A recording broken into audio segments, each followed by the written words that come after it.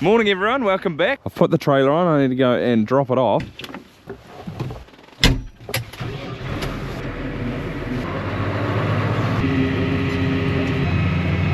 I'm not going far with it, I just need to bring it up here to the older cow shed. If I get in this gate alright. I actually bought it in here before. Nice and wide. Should be right. Easy as, I think. Where to put it though, a little bit unsure. Kind of want to put it on the concrete here, but it's a little bit small for it now.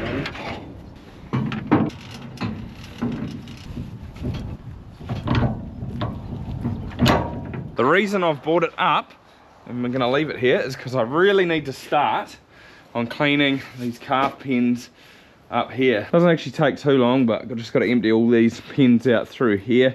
Got to go through the front hatch. Some of them are still on pull strings like this. These are like window weights. So that's how I used to let the cows out.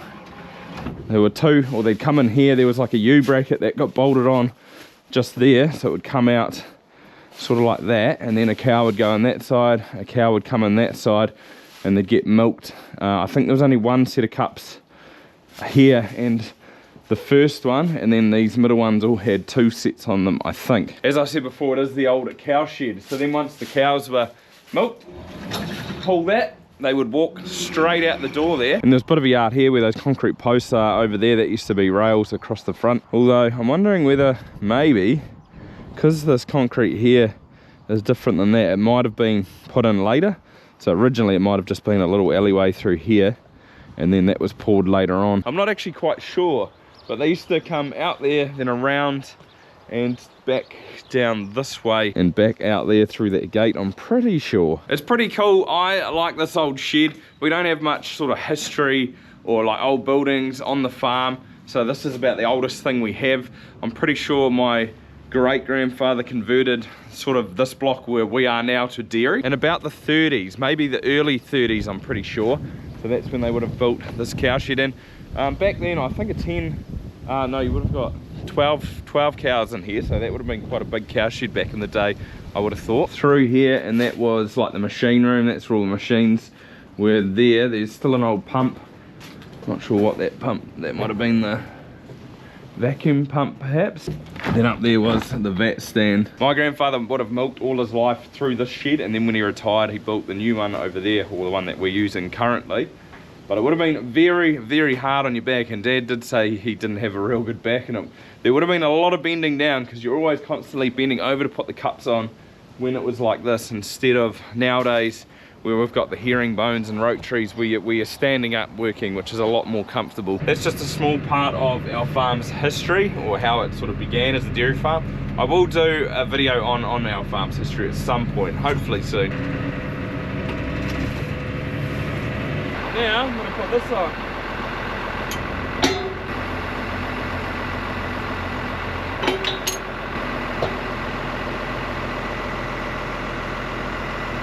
I've hooked up the James. I'm going to go and do some more aerating today, but what I've just noticed is on the roller there's a plug right there, so I'm going to undo it and see if there's actually any water in it. I don't know if it's full or not. Probably is.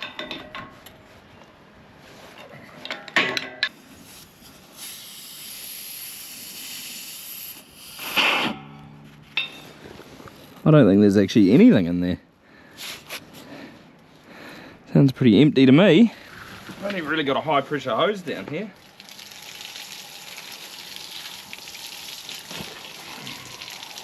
It'll have to do.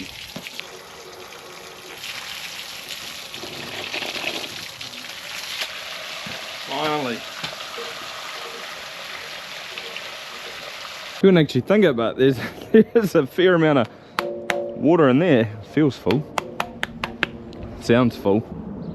I don't know if you can hear it, but there's a jet up there and it's just taken off from Hamilton. That's what I need, grease gun. The airport's only sort of 10 minutes down the road from here, and we've just gone back to getting jets again from Aussie. It was just domestic and it's just started up flying international again, which is good for the region. Give it a few.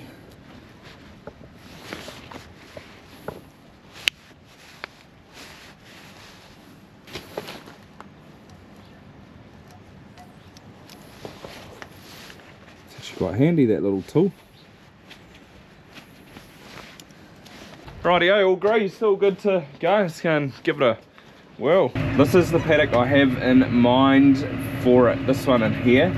Although it's a little bit damp, it has been wet over the last week. We've probably had 50 odd mils. You can see this water just lying in the paddock, but I'd quite like to rip through there and see if that water goes away. But there's a bit of a hill just there, so I'm not quite sure if I'll get up it. It might make too much of a mess. It's really just a big learning curve for me. I've never done much of this aerating before, so just seeing what I can and can't do. This is a really good one to do because I'm not going to hit any water lines or anything, I'm pretty sure. Although Murphy's Law, I say that and I probably will now. Back in here a bit. Yeah, look at that. Yeah, wet as. Into it. Putting that extra weight in the roller will certainly help. Oh. Far out, it's quite hard to pull.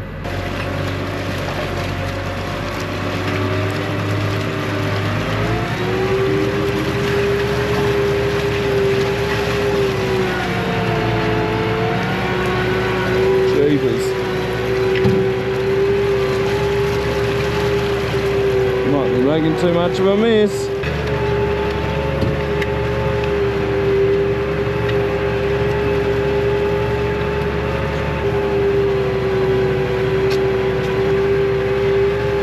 Going uphill now and she's struggling a bit.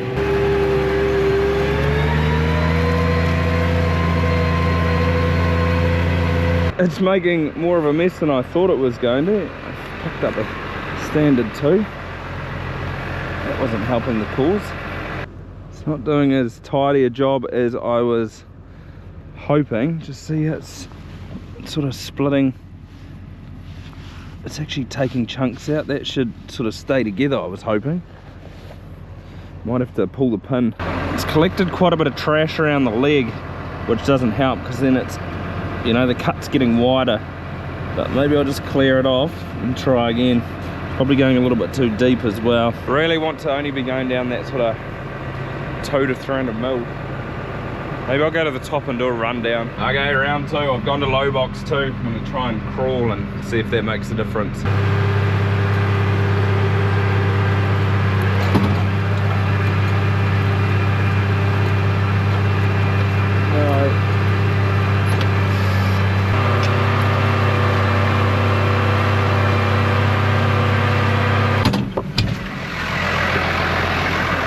No, it's just doing too much damage. Look, see, look at these big chunks of grass that are just getting turned over. So I wonder if it's not cutting well enough. Like, it goes all right in places, like it should be looking like this. See, but then you go through places and it just turns these big, it's all grass, it's gonna die now. See, that looks all right, that looks perfect. I'm gonna pull the top link in so these blades are gonna cut more.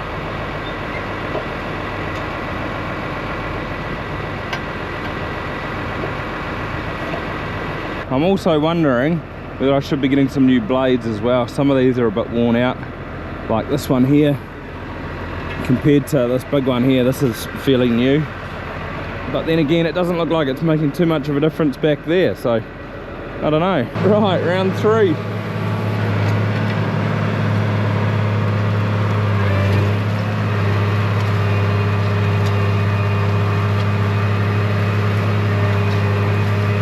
That actually looks a lot better.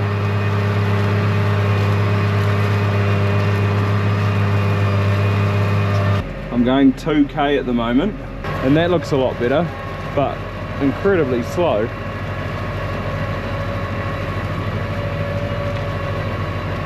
The slower you go, the better it looks. Look, I've even slowed down more, and it's just pushing that sod back in better.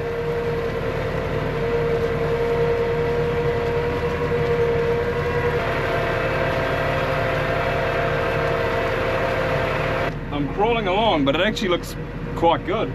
Most of the sods are getting pushed back in. It looks a lot better. I still feel like it's opening up too much. I don't know. I've come to down here on the flat where it's a little bit more peaty maybe, and it's actually doing not too bad.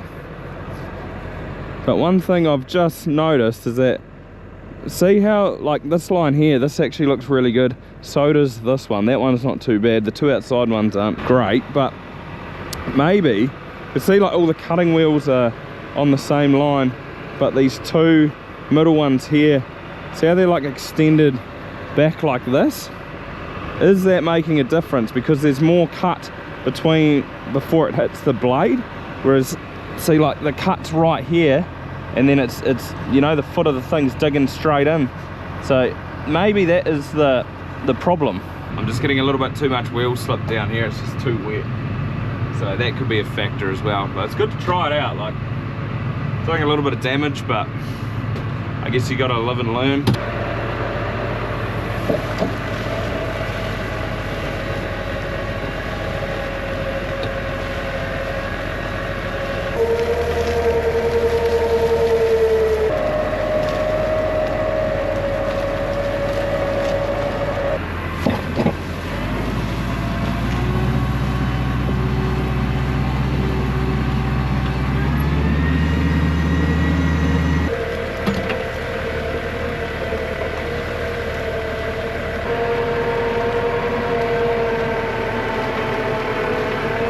Well, I think I'm going to pull the pin, but it's been a great learning curve, and I think I've figured a few things out. So potentially the distance from the cutter there, or the cutting wheel there, to the leg makes a difference, because as you can see, this one and that one, or the second and fourth one, they always seem to be a lot cleaner.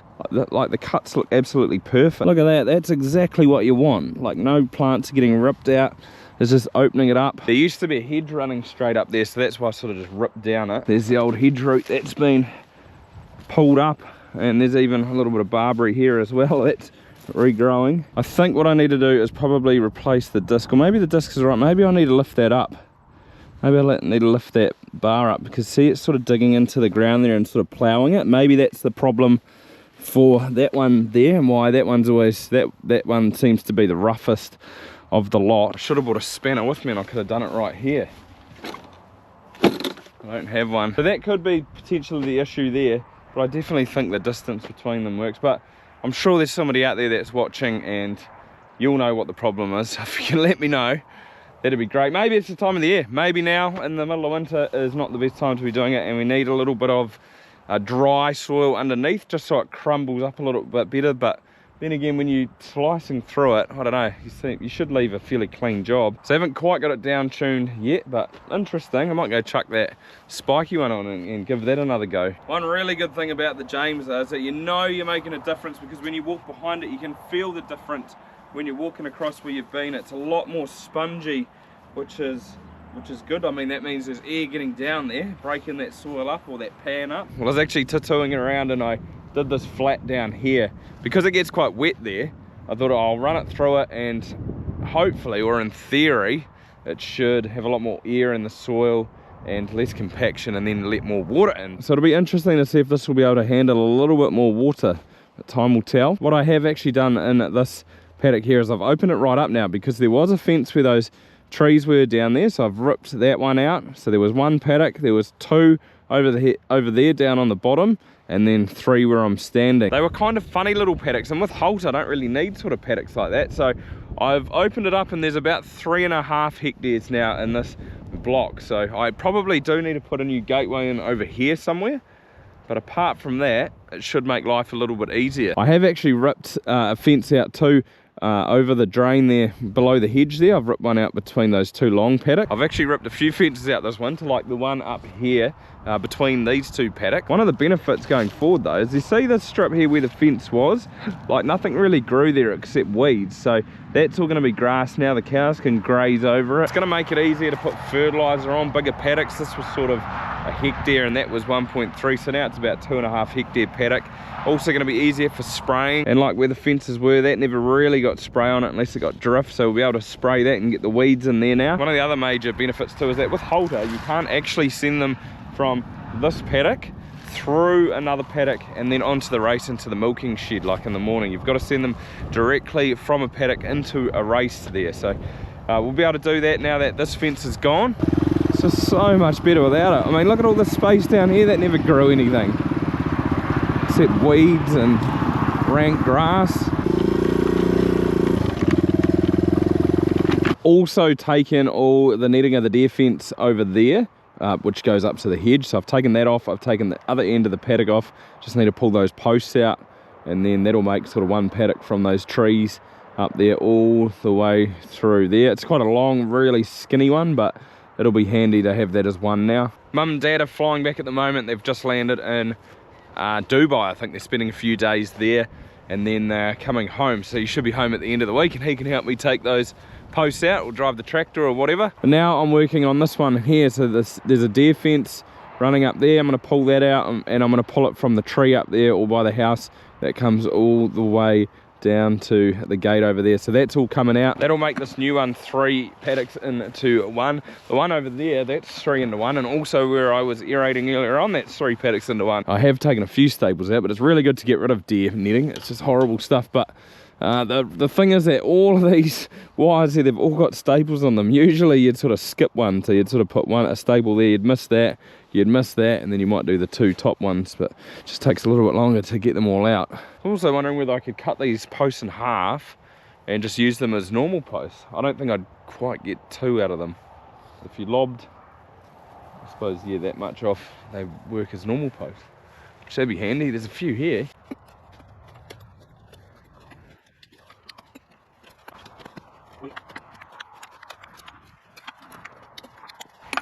If you follow me on Instagram, you would have seen I actually made a video. I brought Willie over and I was teaching him how to use these things. These are called easy pulls.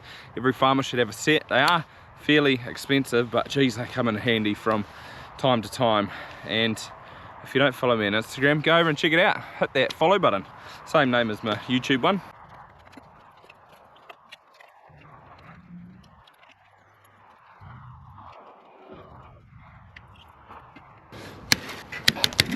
Right, last one. Oh no, this one. There we go. I'll have to save that lovely job for another day. Sun's going down. I need to get back in, give the kids dinner. Holly's going out. But thanks for watching, and apart from that, see you next time. Dad might even be back by then.